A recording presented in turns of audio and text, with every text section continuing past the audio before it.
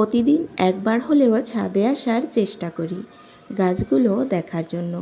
বেগুন গাছে একটা দুটো করে ফুল আসা শুরু করে দিয়েছে। পাশে যে গাছটা দেখতে পেরেছেন ওইটা মনে হয় তরমুজ গাছ। এইবারের বেগুনগুলো মনে হয় সাদা হবে। করলা গাছেও ফুল আসা শুরু করে দিয়েছে। পাট শাক গাছগুলো অনেকটাই বড় বড় হয়েছে।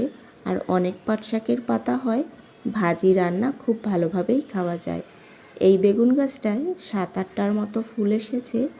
তারপরে একটা বস্তায় ছিল সরিষা গাছ আর পেঁপে গাছ। সরিষার দানা ফেলেছিলাম, তার থেকেই হয়েছে। আর পাকা পেঁপে আমরা কবে খেয়েছি তা মনে নেই। এইটা বাবুল তুলসী গাছ, সর্দি কাশি হলে রস করে খেলে ভালো হয়ে যায়। তারপরে ছিল কুমড়ো গাছ। এইটা মনে হয় ভাদুরী কুমড়ো গাছ, কেননা পাতা দেখে দেশি কুমড়ো মনে হয় না। এই গাছটা খুব সুন্দর হয়েছে। পাশে আরও কয়েকটা কুমড়ো গাছ হয়েছে। এই তো পুঁই শাক গাছ, সেদিনকে পুঁই শাক ছিঁড়ে রান্না করেছিলাম। আর এই যে মরিচ গাছ, 4-5টার মতো মরিচ আছে এখনও।